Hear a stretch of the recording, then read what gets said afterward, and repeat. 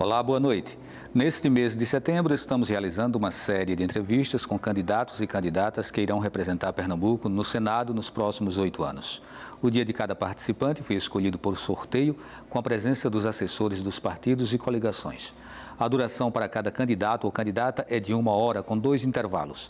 Nossa convidada de hoje é Adriana Rocha, da Rede Sustentabilidade. Seja bem-vinda, candidata. Muito obrigada, boa noite aos telespectadores. É um prazer grande estar aqui nessa oportunidade, podendo expor um pouco as minhas ideias, um espaço democrático como é a TV Universitária. Prazer é todo meu. Obrigado também por ter aceitado o convite. Nosso roteiro inclui perguntas sobre a vida pública e carreira política da candidata, bem como sobre suas propostas e posicionamento em relação às questões de Pernambuco e do Brasil. Você poderá interagir enviando perguntas ou comentários para o WhatsApp 81 98830 7098. Repetindo, 98830 7098. Lembramos que é fundamental que se identifique no início de cada pergunta com nome e a localidade onde reside.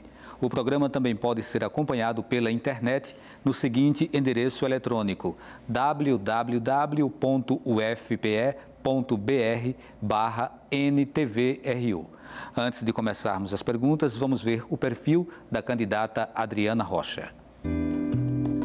Adriana Rocha é advogada, mestre em Direito pela PUC de São Paulo e professora de Direito Constitucional há 22 anos na Unicap. Foi vice-presidente da OAB Pernambuco, ex-presidente da Comissão da Mulher Advogada e vice-presidente da Comissão de Diversidade Sexual e Gênero, onde desenvolveu extenso trabalho na defesa das minorias. Atualmente, é conselheira federal titular da OAB, membro da Comissão Nacional de Educação Jurídica e presidente da Comissão Nacional de Promoção da Igualdade. Defende ações afirmativas para a participação de jovens advogados negros em escritórios de advocacia do país, bem como de políticas de assistência às mulheres advogadas, gestantes e lactantes. Adriana Rocha é candidata da Rede Sustentabilidade ao Senado Federal, ao lado do pastor Jairinho, também candidato pelo mesmo partido. E então, candidata, por que resolveu entrar na política? Bom, eu já tenho uma extensa ficha de serviços prestados à advocacia, mas, além disso, eu sou professora de Direito Constitucional já há 22 anos na Universidade Católica de Pernambuco e nas minhas pautas, dentro de sala de aula, essa discussão em relação à participação mais ativa dos cidadãos na política sempre foi constante. Chegou um momento, e esse é um momento crítico na política brasileira, em que eu comecei a refletir sobre esse cenário nacional, nessa necessidade de renovação da política e uma reflexão pessoal, e aí que diz respeito até um aspecto familiar. Eu sou mãe de 2 meninas, na verdade de uma mulher de 30 anos e uma menina de 8 anos, e me senti bastante desconfortável ao perceber que essa minha filha de 8 anos, quando tiver idade para votar, no seu voto facultativo aos 16, provavelmente vai se deparar com um cenário político muito semelhante ao que eu já enfrento há muitos anos como eleitora e como cidadã. Então, eu acho que há uma motivação pessoal nesse sentido, uma preocupação minha de exercício pleno dessa cidadania. Os direitos políticos, eles se apresentam numa via dupla. A gente tem o direito ao voto, mas também temos o direito de sermos votados. Mas a maior parte de nós se vê alijada desse processo eleitoral. E aí surgiu a oportunidade na rede, um convite inicial me foi apresentado para a vice-governadoria, nesse papel feminino e nesse meu papel bastante ativo já nessa questão de gênero, nessas discussões em relação à igualdade. Mas eu entendi, e essa foi a minha conversa com o partido, e com os candidatos também do partido da rede, de que eu me enxergaria melhor no Senado, exatamente pela minha experiência. Certo, candidata. O campo da política anda muito desacreditado e até criticado. As pessoas já não sabem mais em quem acreditar, né? Há uma confusão muito grande na cabeça do eleitor de um modo geral. Ainda assim, a senhora resolveu entrar nesse campo. E essa foi talvez uma das perguntas mais frequentes dos meus amigos e as pessoas que me conhecem já há muitos anos e sabem da minha postura, da minha colocação diante das questões sociais mais difíceis. Adriana, você tem certeza que você vai se envolver com a política? Mas eu acho que enquanto nós tivermos esse discurso de que a política é um local, e eu vou usar até uma expressão forte, um local sujo, não é? Onde as pessoas, muitas vezes, as pessoas consideradas pessoas de bem, não se aventuram, esse é um discurso que paralisa o exercício da cidadania. E eu acho que esse é um discurso que só favorece a não renovação. Então, as pessoas se sentem assustadas. Mas há quem diga que se contamina. Então, é possível entrar nesse campo e não se contaminar. E eu me sinto hoje bastante preparada, porque eu tenho 49 anos. Eu sou uma mulher que tenho bastante experiência em relação a não só a minha política de classe, mas a minha própria vivência como advogada, como professora, e eu acho que isso é possível sim.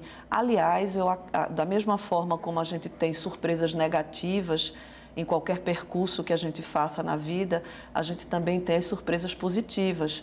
E nessa minha caminhada eu tenho encontrado sim pessoas com dignidade, pessoas com bons propósitos, mas a gente só pode reconhecer isso a partir do momento em que a gente ousa quebrar esse pacto, que é um pacto de muito tempo no nosso Brasil, de que a política é quase uma oligarquia, é para poucos, e é uma constante essa ideia de que a gente não pode renovar, de que pessoas comuns não têm chance na política, o sistema de fato é um sistema injusto, mas a gente precisa ousar, e essa coragem eu tenho, e isso foi o que eu fiz, e como é que eu decidi, foi a partir dessa minha visão. Cada partido tem sua ideologia, tem seu perfil, tem seu jeito de ver o mundo, de encarar a realidade. E aí a senhora optou pela Rede Sustentabilidade. O que, na sua opinião, a rede teria de diferente dos outros? Essa pergunta é uma pergunta também muito boa, porque eu acho que apresenta um pouco da minha coerência em relação às minhas pautas. A Rede é um partido, por muitos, considerado um partido menor, ou às vezes até um partido morno, diante dessa efervescência de outros partidos que nós temos na realidade brasileira, mas é um partido que não tem envolvimento com corrupção, então isso para mim era algo muito importante, né? Eu estou me apresentando pela primeira vez ao eleitorado pernambucano e eu preciso de um cartão de visita que dê também coerência a essa minha postura anterior, e é o partido que tem na sua candidatura à presidência uma mulher negra, uma mulher que se alfabetizou aos 16 anos, uma mulher que tem a coragem de se colocar nesse cenário, não de uma forma truculenta e de uma forma raivosa, não é? Mas uma mulher que tem tido, sim, uma postura de assumir pautas que muitas vezes outros candidatos não têm. Isso para mim foi muito importante na minha escolha. Eu me sinto representada pela candidatura da Marina Silva e isso faz a minha trajetória uma trajetória mais simples em relação a esse meu ingresso na política partidária. Mas é óbvio que eu sei que esse pluralismo partidário no Brasil ele precisa ser repensado. A gente já tem uma mini reforma política, mas a gente precisa avançar mais para que os partidos também tenham mais democracia interna e que a gente tenha possibilidade de ingresso de outras pessoas nessa dinâmica partidária e não apenas que a gente fique com os mesmos caciques que, na verdade, se apresentam sempre como as lideranças e que fazem essas escolhas dentro desse sistema. Não é? No geral, a política brasileira ela ainda é muito machista. Muito. Se a gente chegar no Senado, chegar na Câmara e se chegar nas instâncias estaduais ou do Legislativo Municipal, há sempre uma presença muito maior do homem. E uma de suas bandeiras é a luta pela combater a desigualdade. Não é? Até que ponto essa luta se volta para a mulher para que ela possa ocupar mais espaços no Legislativo? Bom, como eu já disse, eu sou uma advogada e eu professora, eu estudo as leis, eu conheço a história da República Brasileira, eu conheço a história das constituições, a história da nossa legislação que favorece essa não inclusão feminina nesses espaços de poder. Nós, mulheres, já fomos consideradas semi-incapazes, nós já precisamos da autorização do marido para podermos ter a nossa vida plena na sociedade. Nós conquistamos o direito ao voto muito depois, nós tivemos o direito de sermos candidatas também posteriormente. Então, isso é uma dívida histórica que o Estado tem conosco, mulheres, e que eu acho que é possível que a gente reverta isso também com políticas públicas e com a legislação que favoreça. A gente teve uma reforma política que, na minha opinião, não atendeu às pretensões reais desse eleitorado feminino. Não é? Nós já somos mais da metade desse eleitorado e isso precisa ter um reflexo direto nessa mudança desses espaços de poder. Né? Esse seria o principal ponto de falha dessa reforma política, na sua visão? Com certeza. Veja que nós garantimos candidaturas, os 30%, mas eles não são suficientes. A gente precisa garantir assentos, a gente precisa fazer uma reforma onde os partidos assumam realmente essa responsabilidade em eleger mulheres. A gente precisa eleger mulheres e não apenas ter candidatas apresentadas, porque a candidatura ela pode lograr êxito ou não. Então, mas isso passa por uma cultura que envolve, inclusive, também o posicionamento da própria mulher. Olha, eu discordo um pouco dessa questão da postura feminina de, muitas vezes, não se adentrar na política. Na verdade, os espaços políticos, eles são muito masculinos, a forma de fazer política é muito masculina. Então, a gente precisa pensar que a mulher ela tem uma estrutura de cooperação, porque é uma estrutura até biológica, a necessidade. A mulher pode ocupar todos os espaços masculinos, mas a mulher ela é mais fraca fisicamente, não é? Isso, do ponto de vista biológico, pode até ser superado, eventualmente a gente pode ter uma mulher mais forte do que um homem, mas isso não é da natureza. Então, a mulher precisa se unir, muitas vezes, para vencer as adversidades. E esse perfil feminino da cooperação, ele precisa ser mais bem aproveitado dentro da política. E eu acho que os homens também estão atentos a isso, porque os homens também estão cansados dessa forma de fazer política. Eles também estão percebendo que essa revolução é possível. Então, a gente pode fazer essa junção dessa perspectiva de que homens e mulheres colaborando para a mudança na política, a gente pode ter um Brasil melhor. Eu defendo, sim, mais mulheres não só na política, eu defendo mais mulheres em todos os espaços da OAB também, eu defendo mais mulheres nos espaços públicos, que não necessariamente, na representação de entidades civis, de ONGs, não é? De organizações não governamentais. Então, eu acho que essa discussão é uma discussão mais ampla. Inclusive, a igualdade salarial, né? A mulher, em alguns casos, ainda é preterida, né? O homem, desempenhando muitas vezes a mesma função, tem um salário superior. Nós temos uma observação interessante sobre essa questão do desenvolvimento da mulher também nesses espaços privados. Isso é uma discussão que ela está sendo feita em toda a Europa, em países considerados desenvolvidos. E a gente, às vezes, acha que isso é apenas uma questão interna, uma questão brasileira, e não é. A gente tem as chamadas políticas afirmativas para empresas, para que essas mulheres elas possam ascender também a cargos de direção, mas aqui no Brasil a coisa é um pouco mais complexa. A grande discussão hoje é por que a gente não tem igualdade salarial?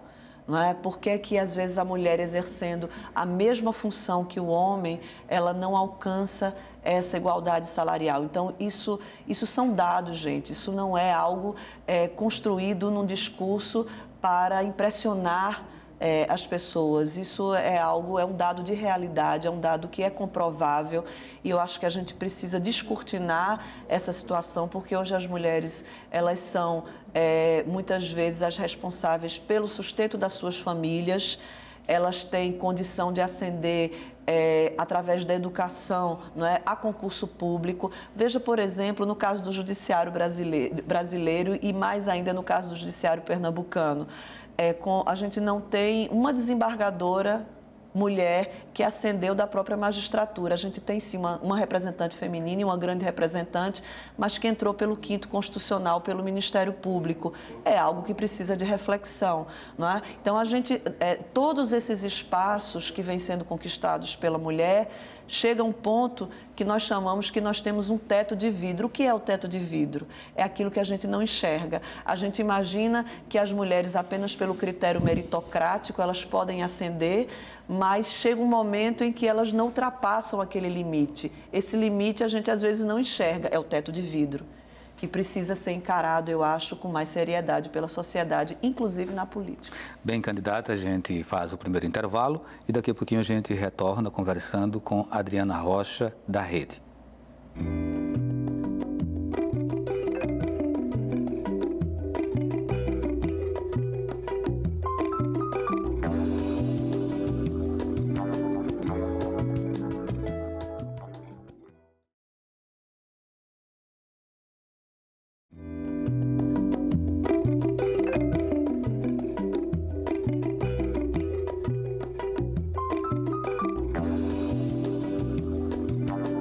Estamos de volta com Opinião Pernambuco, especial eleições. Hoje conversamos com Adriana Rocha, candidata ao Senado pela Rede Sustentabilidade.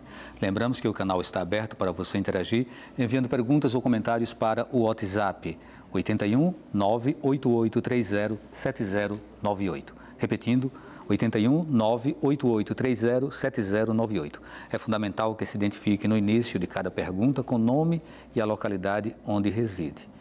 Candidata, a sua candidata a presidente, Marina Silva, ela é evangélica. Na chapa majoritária aqui de Pernambuco, da Rede, tem também o pastor Jairinho, que também é evangélico. E normalmente são correntes que são muito arredias, são muito avessas à questão do aborto. Como você encara a questão do aborto, que é um tema que está tão em discussão ultimamente? E bastante polêmico, e dentro dessa minha pauta da defesa da mulher, isso é bastante importante que a gente se posicione, sobretudo porque quando essa pergunta é direcionada a uma mulher, isso tem uma carga diferente. Se eu fizesse a pergunta inversa para você, o que é que você acha do aborto, você como homem, você teria uma condição de responder e o seu local de fala seria totalmente diferente do meu. Eu sou uma pessoa que eu tenho as minhas crenças pessoais, as minhas convicções. Aliás, fui mãe muito jovem, fui mãe aos 19 anos. Mas eu tenho uma vivência jurídica como professora de constitucional que me deixa muito tranquila em relação a essa resposta. Eu acredito muito no modelo de Estado que priorize a liberdade das pessoas, a liberdade de escolha em relação às suas pautas. Então, defende a descriminalização? Eu defendo exatamente a falta vamos dizer, de tutela desse Estado em torno da vontade ou da decisão da mulher. Agora, como é que a gente pode transformar isso diante de um país tão dividido em relação a essa pauta? Através de uma discussão séria legislativa. A minha postura não é uma postura de Adriana Rocha, é uma postura democrática. É uma postura que incentiva exatamente que essa discussão seja uma discussão onde o local que ela deve ser feita é no Congresso Nacional. Aliás, por isso também que eu quero ir para o Senado, porque eu acho que as discussões elas precisam ser mais técnicas e menos poluídas de outros sentimentos. Eu tenho o maior respeito pela religiosidade das pessoas, eu tenho a minha fé.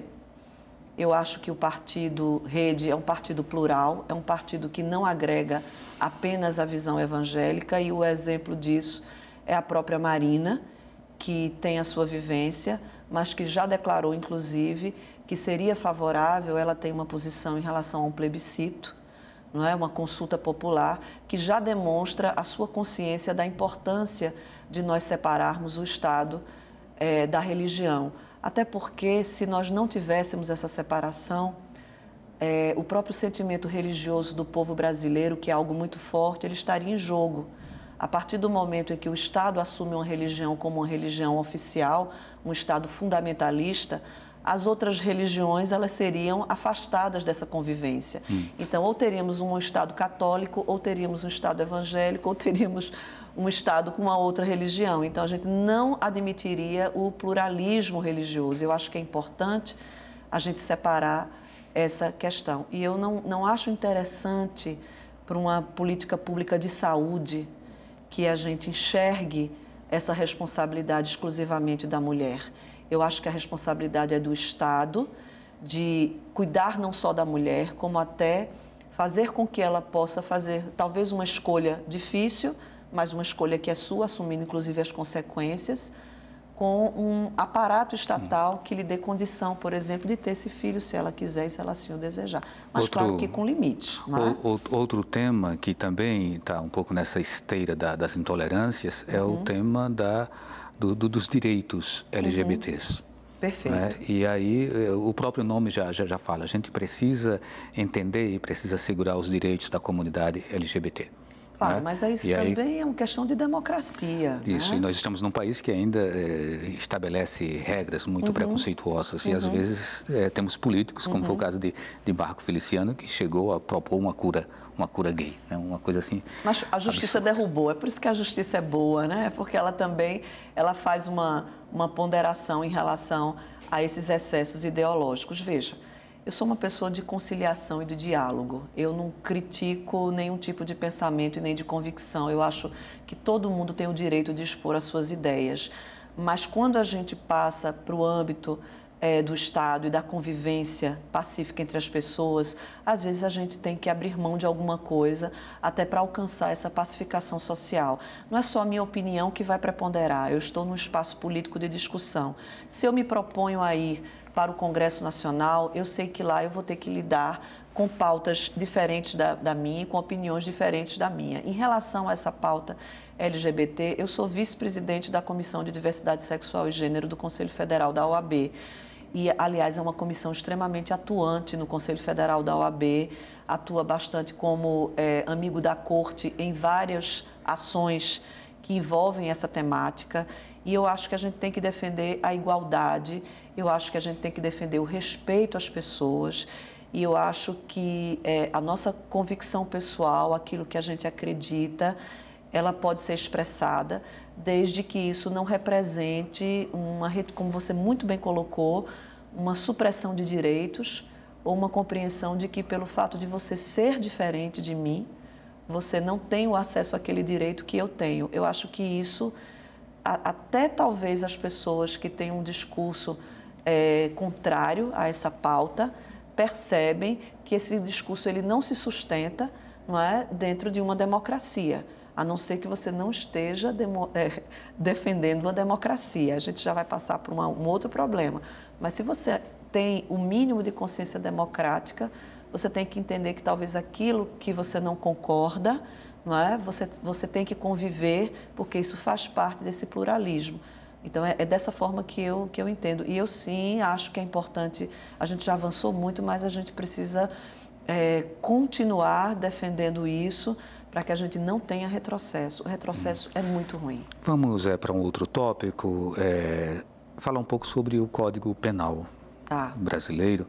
E aí, dentro desse rol, a gente puxar um pouco a questão também do sistema prisional e da maioridade penal. Ok. Houve toda uma discussão se reduzia ou não a maioridade penal para 16 anos. E aí, como professora de Direito Constitucional, né, atuante dessa área, como a senhora percebe e que tipo de contribuição poderia trazer para o Brasil, para a Constituição brasileira, a partir da sua visão? Bom, essa temática também do sistema penitenciário é uma temática que interessa a sociedade. Aliás, quando a gente fala de candidaturas a governo do Estado e à presidência da República, eu acho que esse é o assunto que mais interessa a população, né? Às vezes até eu me admiro um pouco, mas é porque isso afeta todos nós, independente de classe social, todos nós estamos preocupados com segurança. Agora, todo mundo sabe que o sistema prisional brasileiro é falido. Todo mundo tem consciência de que a gente não consegue trabalhar de forma séria a questão da recuperação e da ressocialização dessa pessoa que está sob a tutela do Estado, pagando, obviamente, pelo seu crime, e a gente tem várias diferenças em relação a essa questão de que crime você cometeu. Mas o nosso sistema prisional hoje, ele coloca todo mundo no mesmo bolo e a gente tem quase que um universo paralelo do crime dentro desse sistema. E entra governo e sai governo e, aparentemente, a gente não consegue superar isso. Eu não vejo de forma nenhuma o impulsionamento ao encarceramento, ou seja, mais pessoas presas, que isso vai significar necessariamente a diminuição de violência. Primeiro que a gente não tem condição hoje de estrutura até, a gente tem superlotação nesse sistema, você não teria como abarcar, não é, toda essa população nova que iria adentrar nesses presídios, então você precisa ter uma política séria, de triagem mesmo em relação a esses crimes. Eu acho um absurdo que os crimes dolosos contra a vida, muitas vezes, têm uma punição menor do que outros crimes dentro do nosso sistema. O valor vida, nesse caso, ele é desconsiderado muitas vezes pelo sistema de justiça em prol de outros crimes, e a gente precisa repensar isso. Mas a questão da criança e do adolescente é talvez a hipocrisia da nossa sociedade, de não enxergar também, de não compreender que nós estamos falindo em ajudar o desenvolvimento dessa população, que às vezes vai cometer o crime pela situação já onde ela está inserida, a situação de desvantagem social onde ela está inserida, e que a gente precisa enfrentar isso. Então, eu acho que, claro, investir em segurança e estrutura, os policiais precisam sim ter estrutura, porque eles defendem a sociedade.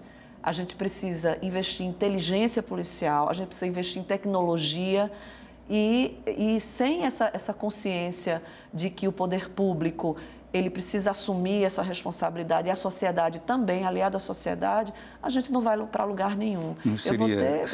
Eu vou dobrar a população carcerária e eu vou continuar com essa criminalidade altíssima, então isso vai dar uma resposta aparente, não é? O olho por olho, que a gente já superou. Nossa, nós estamos no século XXI e as pessoas defendem teses, eu não sei nem se do século XVIII.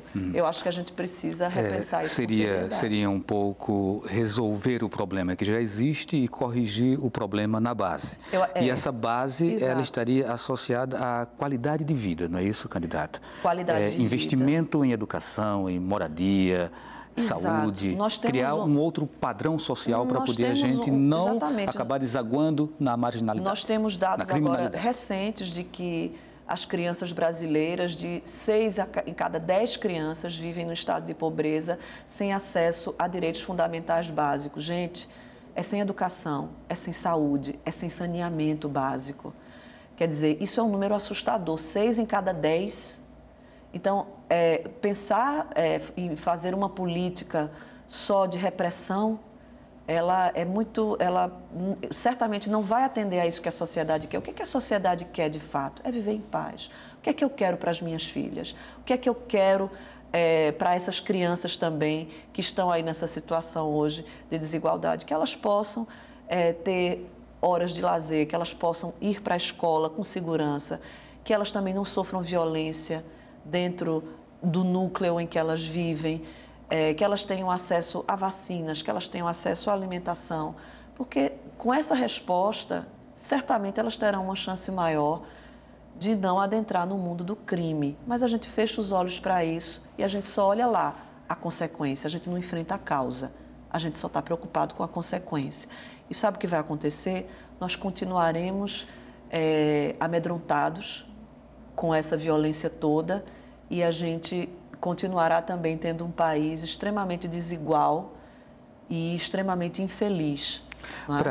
Para resolver esse problema na base, como a gente está conversando, é preciso mais investimentos. Muito mais. O que a gente tem percebido nos últimos anos, sobretudo agora na última formação do Congresso Brasileiro e do Executivo, é um corte nos investimentos. A PEC... 95. A PEC dos gastos públicos, ela propõe exatamente um controle de tal forma que esses investimentos eles ficam muito limitados.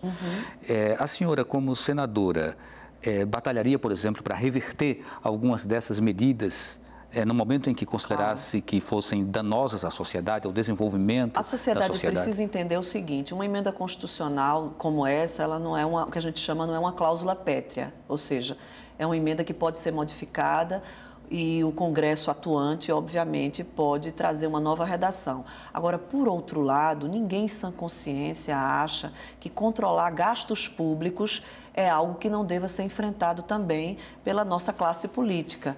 Não é? Todo mundo sabe que é importante que a gente tenha uma redução desses gastos, que a gente saiba onde é que a gente está investindo e que a gente faça um planejamento também a longo prazo para o Brasil.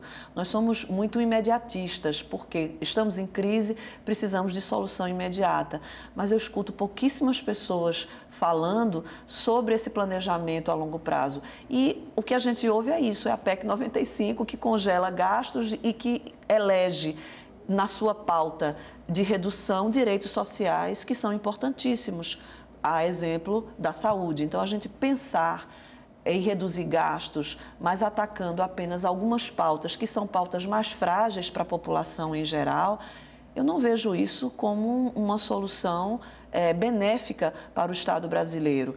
Mas também não vejo que essa questão dos gastos públicos não tenha que ser definido e enfrentado pelo Estado. Aliás, nas minhas pautas e nas minhas propostas, eu incluo redução de regalias para os parlamentares e não apenas para os parlamentares, diminuição de cargos comissionados. Eu defendo exatamente o conceito de subsídio que hoje não está sendo respeitado, inclusive pelo nosso próprio judiciário, e a gente precisa fazer essa releitura. Então, aquele que está no poder público, aquele que serve o Estado, que serve a população, ele precisa ter a consciência de que esse Estado, ele é um Estado que tem que ser um Estado eficiente, e o princípio da eficiência eu acho que é o mais importante, mas que tem que ser um Estado que controle os seus gastos, porque ninguém mais aguenta pagar a conta, né, gente? A gente precisa reagir e eu acho que essa reação, ela precisa ser feita a partir dessas pautas sérias e não discursos políticos de momento para agradar A ou para agradar B. Vamos fazer mais um intervalo? Vamos, sim. Daqui a pouquinho a gente continua essa entrevista com a candidata ao Senado pela Rede, Adriana Rocha.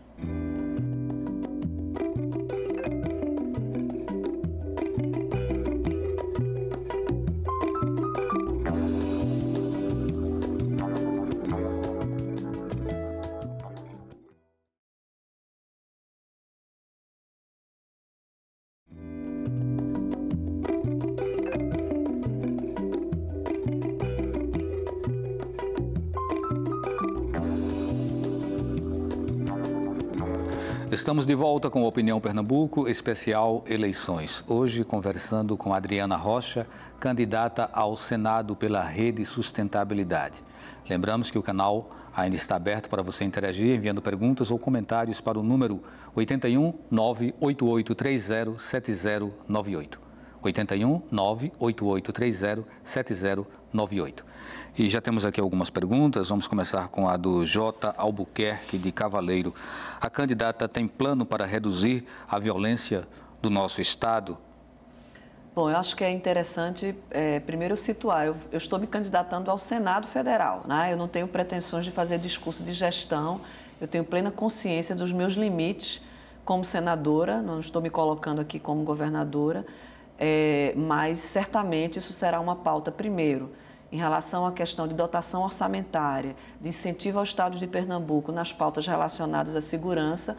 O eleitorado pernambucano pode ter certeza de que essa será uma defesa aí para Pernambuco. Aliás, é importante que a gente enxergue o senador como aliado do Estado e não aliado do governador necessariamente, não é? Então, esse é um compromisso, porque eu acho que a segurança pública no Estado afeta a todos nós e a gente precisa, sim, de pautas legislativas e de incentivos também de orçamento para que o Estado ele possa funcionar melhor nessa questão da segurança. Tem uma pergunta do Edivan de Tegipió. Pernambuco tem várias obras paradas. Caso seja eleita, como a senhora vai obter recursos para executar estas obras? Existe sempre aquela ideia de que o senador ou o deputado ele vai buscar recursos em Brasília para resolver o problema do Estado. São as emendas parlamentares. Claro que tudo que for interesse do meu Estado, E eu acho que até esse meu ingresso na política, ele demonstra isso, né? Que eu acredito não só em Pernambuco, como eu acredito no Brasil. Eu não vou me mudar para Portugal, mesmo sendo de classe média, no discurso de que está tudo perdido. Então, o que eu puder fazer dentro do Congresso Nacional para que Pernambuco continue se desenvolvendo, para que a gente tenha melhor qualidade de vida, isso aí não é um discurso vazio de político, é de uma cidadã que está se colocando à disposição aqui do Estado para lutar de forma técnica, consciente, entendendo os limites que isso significa, sem fazer promessas vazias. Farei sim. Senadores avaliam leis, projetos propostos por deputados e também apresentam seus projetos. Ao final de um mandato, como a senhora gostaria de ser lembrada? Eu fui autora do projeto tal que revolucionou o Brasil. Eu gostaria de ser lembrada como uma autora de projetos que, por exemplo, diminuam o próprio mandato dos senadores. Isso é uma proposta que eu vou encampar e vou defender. Então, a gente fala que a gente vai cortar na própria carne. Eu não sou política, eu estou política e eu acho que todo mundo deveria pensar assim. É a contribuição que a gente pode fazer pelo nosso país. Sua ideia é que o mandato seja de quantos anos? Que o mandato seja equiparado ao mandato presidencial, porque isso é uma proposta conjunta. Eu defendo a não reeleição. Eu entendo que a gente deve retomar ao mandato de 5 anos e que a gente tenha eleição, então, para o Executivo e o mandato senatorial também nesse mesmo tempo. Defendo também a diminuição dos cargos comissionados. Acho que, inclusive, isso facilita os cargos de gestão, porque a partir do momento em que você já não tem tantos cargos comissionados, você não tem com que barganhar, não é? Então, isso protege, de certa maneira, aquele gestor, não é, dessa barganha política. Então, o enxugamento desses cargos, eu acho que isso é possível de ser feito através da legislação. No caso do acesso dos ministros do Supremo, qual seria a sua posição? Essa pauta é uma pauta de mudança constitucional, é um projeto também de emenda à Constituição que eu defendo e já defendo há muito tempo como constitucionalista, que a gente precisa reestruturar não só o acesso dos ministros do Supremo Tribunal Federal, aliás, hoje é a posse do novo ministro, não é, presidente do Supremo Tribunal Federal, e a gente tem hoje uma situação no Brasil muito estranha, que poucos se apercebem. Um ministro indicado por um presidente que ingresse no Supremo Tribunal Federal aos 40 anos, ele tem condição de passar no Supremo Tribunal Federal um tempo bastante significativo, mais de 30 anos. Então, a gente imaginar, não é, que esse acesso por indicação de um presidente vai lhe dar condição de ficar 30 anos num cargo de poder, como é o Supremo Tribunal Federal, é algo que merece a nossa reflexão. Lembrando que essa não existência de mandato nos acompanha desde 1891, estamos em 2018. Está na hora da gente enfrentar esse dogma que para alguns tem um interesse aí, claro, não é, da gente não falar em mandato, mas a nossa Corte Suprema, ela precisa sim, e essa é uma das minhas bandeiras mais importantes, estabelecer mandato e também que a gente modifique a forma de acesso dos ministros do Supremo Tribunal Federal no nosso país. Candidata, como a senhora se posicionaria em relação à terceirização, que inclusive foi referendada, foi chancelada pelo Supremo na semana passada, né, e que para uma parte da classe trabalhadora, para movimentos sociais, sindicalistas, é uma decisão muito danosa, porque se conclui que levaria à precarização do trabalho. A senhora tem essa visão ou a senhora acha que ela só traz benefícios? Essa questão da terceirização, mais uma vez, dentro de um governo que não tem legitimidade em relação ao seu apoiamento, não é, gera exatamente esse tipo de posicionamento. É muito difícil a gente entender que uma decisão em relação, e aí foi a reforma trabalhista, que você começar a compreender esse excesso de terceirização, isso não vai retirar direitos sociais. É lógico que vai, né? O Estado, ele precisa estar atento para essa nova gama de trabalhadores que vai se inserir a partir dessa terceirização. O Supremo Tribunal, de fato, ele disse que não era inconstitucional, mas ele não retirou a responsabilidade do legislador de, posteriormente, modificar esse entendimento. Então, eu acho que isso não é uma pauta fechada. Eu acho que tudo que envolve direitos sociais tem que ser muito bem refletido e discutido com a sociedade. Então, apesar dessa decisão ter sido aparentemente sacramentada pelo Supremo Tribunal Federal, eu acho que ela pode sim ser reinserida no próximo mandato do Legislativo, para que a gente atenda aí, claro, a necessidade da evolução de algumas políticas de iniciativa privada, e a gente precisa pensar no desenvolvimento do nosso país, mas não sempre quem é a parte sacrificada sempre são os trabalhadores. Então, a gente precisa compreender que essa discussão tem que ser uma discussão séria, mas tem que ser uma discussão, eu acho que mais legítima a partir dessa compreensão, desse diálogo. Não é? Então, assim, nem tanto ao mar, nem tanto à terra. É interessante que a gente modifique, talvez seja mesmo, a gente possa até incrementar alguns setores, vamos dizer assim, um maior acesso ao emprego através desses serviços de terceirização. Isso pode até acontecer, mas, por outro lado, qual é o preço que a gente paga? Diminuição dos direitos sociais. Então, isso precisa ser colocado às claras para que a gente possa decidir no legislativo sem a pressão de um governo que não tem legitimidade. Uma pauta que não vai sair nem tão cedo é a pauta da Previdência. Certo. E aí é inacreditável que pessoas escolham senadores sem saber como que eles, Perfeito. senadores, como que eles vão se posicionar em relação a esse tema, né, a reforma da Previdência.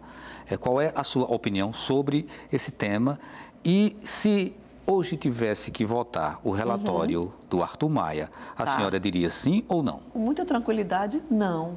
Com muita tranquilidade, eu diria não. Porque eu acho que, da mesma maneira como eu fiz a crítica agora em relação à reforma trabalhista, a Previdência também ela é algo que precisa ter uma discussão mais técnica, e a gente vê aí, eu estou falando agora como cidadã, sobretudo como cidadã e também como eleitora, não é? O que a gente enxerga? A gente enxerga uma pauta da defesa de números que determinam uma necessidade urgente da votação exatamente como ela foi aprovada, como você mencionou. Outros que dizem que aquilo não é a realidade e que isso precisa ser investigado, e são vozes autorizadas. Então, a gente precisa debater isso para ver realmente essa realidade. Agora, claro que o fato de eu dizer o não significa dizer que eu não vou debater a reforma da Previdência no Senado Federal. Não é? Isso aí, de maneira nenhuma, quer dizer, isso é uma pauta que eu não vou enfrentar ou que eu acho que não seja necessária de jeito nenhum. Não é? Isso é uma pauta que a gente tem que enfrentar. Mas a pergunta foi feita no seguinte sentido: a que estava para ser aprovada e não foi porque não obteve o quórum, se você já fosse senadora, você diria sim ou não? Não. E aí, com uma tranquilidade de até para que eu possa, não é, me colocar com coerência em relação a essa segurança sobre os aspectos técnicos que estão sendo apresentados. Em relação à educação, né, eu gostaria de voltar para essa pauta, porque é uma pauta, me parece assim, tão essencial, tão crucial para a gente pensar na transformação da sociedade brasileira. É o que precisa acontecer para que, de fato, a gente tenha, talvez não agora, mas lá na frente, uma geração mais politizada, mais preparada para escolher os seus representantes, para a gente não cair em esparrelas, como tem acontecido em algumas situações. Eu gostaria que toda criança começasse a ler e a estudar a sua própria Constituição. Eu gostaria que toda criança entendesse um pouco da responsabilidade em relação à administração pública. A gente precisa trazer isso para as escolas. A gente precisa trazer essa responsabilidade do que é o espaço público e do que é o espaço privado. O direito poderia ser uma matéria? Poderia e deve ser. Eu defendo, inclusive, uma pauta de a Constituição vai às escolas. Eu acho que quando a gente conhece as nossas leis, quando a gente se sente inserido dentro do contexto legal, a gente se sente mais legitimado, inclusive a fazer propostas. Se eu não acreditasse nisso, eu não estaria aqui. Se eu não acreditasse que é possível essa pauta da cidadania, eu não estaria me inserindo também nessa política. Eu continuaria como professora, como advogada, dentro dessa minha vida, conselheira da OAB, não é? Dentro dessa vida que eu já conheço, que eu já domino. Eu acredito na federalização do ensino básico. Eu acho que essa estrutura inicial da formação do ser humano no processo de ensino-aprendizagem, ele é essencial. Defendo maior inclusão nas escolas. Inclusão não é só acessibilidade em relação às pessoas com deficiência. Inclusão é você desenvolver condição de autonomia, é que nós estejamos aqui discutindo num espaço aqui na TV universitária e que a gente possa olhar em volta e reconhecer essas pessoas com deficiência com normalidade, não é? Com políticas sérias, nos espaços públicos ainda mais, porque eu acho que esse é o desenvolvimento mais sério. A questão racial também que tem que ser enfrentada no nosso país. Então, esse pluralismo no início da formação da criança é muito importante, mas principalmente que ela saiba que o espaço público é um espaço de todos. E quando você se propõe essa pauta da cidadania, você tem que ter a noção das consequências de que você está ali para servir ao outro e não para servir a si próprio, que não são só as suas pautas ou seus ideais privados que devem ser colocados, mas que você deve escutar esse eleitorado. Candidata, na política tem uma coisa chamada fidelidade partidária, que está muito próxima de coerência ou incoerência, de oportunismo, de corporativismo, fisiologismo. Então, tem vários conceitos, vários termos aí que acabam ficando muito próximos, né? E o que a gente tem visto ultimamente é um político de um partido com uma linha ideológica, ele de repente está num outro partido que ele considerava antes opositor, né? Um político que se reconhece ou é reconhecido pelo seu eleitor como político de esquerda está na direita, o da direita está na esquerda.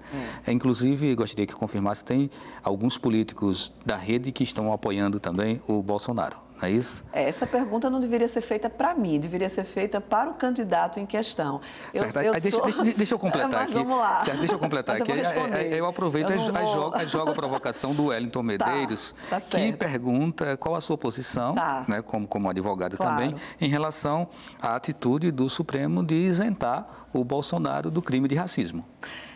Eu acho que primeiro a gente precisa entender, eu posso inverter então essa ordem da resposta, não é? Primeiro vamos falar sobre imunidade parlamentar. A Constituição é muito clara, ela diz que em relação à imunidade você tem o direito, claro, de se expressar, isso é uma necessidade do parlamentar. Veja que a gente vive uma época de polarização política muito séria, então imagine que aquele que tem a sua ideia política, ele não pode se expressar. Então eu defendo o direito de expressão de todos e todas, mesmo que eu discorde dos seus posicionamentos. E a Constituição diz que aquele que é detentor de um mandato no Legislativo, ele tem imunidade. E essa imunidade é exatamente a colocação da possibilidade dele se expressar e, às vezes, até se exceder. Porque a gente fala que essa liberdade de expressão, essa liberdade de voto, de manifestação, é porque no calor da emoção política você pode se exceder mesmo, não é? Então, se você começar a punir todo parlamentar que se exceder um pouco, você inviabiliza muitas vezes o exercício do mandato. Isso é uma questão. Por outro lado, a Constituição diz que se você se utiliza dessa imunidade para ofender deliberadamente o outro, para incitar o crime, para fazer um discurso de ódio, a própria Constituição já dá a solução. Sabe qual é a solução? A possibilidade de cassação do mandato desse parlamentar. Então, a gente precisa também de parlamentares com coragem de efetivar a Constituição, de reconhecer, às vezes, no excesso de A, de B e de C, a gente aqui não precisa dar nomes, porque a gente tem excesso de vários lados, não é? De que esses próprios parlamentares se autorregulamentem e tenham coragem de dizer, olha, não é essa política que a gente quer. A gente não admite alguém que se coloque como candidato ou que esteja detentor do mandato, que faça um discurso, por exemplo, que ofenda uma pessoa em relação à questão da raça, que diminua a mulher, que faça um discurso de incitação, muitas vezes, ao crime. Isso pode ser coibido. Nós não estamos à mercê de interpretações muito subjetivas no Brasil, não. Isso não tem atrapalhado um pouco no andamento das coisas? Mas isso faz parte da autonomia, eu acho, aqui do poder legislativo em relação à imunidade. Do Supremo, também o Supremo tem decisão para um lado e tem decisão para o outro. Tem decisão que acha, às vezes, que é excesso de imunidade, às vezes acha que não é.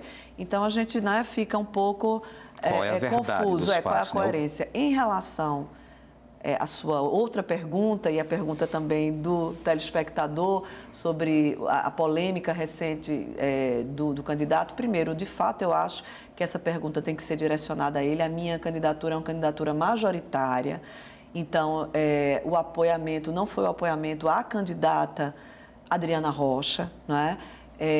A rede também, eu não faço parte da executiva da rede, eu sou filiada à rede, então acho que essa responsabilidade também de responder alguns questionamentos eventuais é do próprio partido e eu tenho consciência desse limite dentro da esfera partidária, mas eu gostaria de só convocar aqui uma reflexão importante, que acho que você na sua fala já deu aqui uma noção, que hoje a gente vive um momento de muita confusão.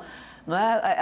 A rede é o único partido que não se coligou. Não é? Candidata, temos agora 1 minuto para suas considerações finais, respondendo a pergunta por que quer ser senadora. Eu quero ser senadora, eu quero estar senadora, porque eu acredito nessa participação da mulher na política, eu acredito em pautas da igualdade, eu acredito no exercício da cidadania.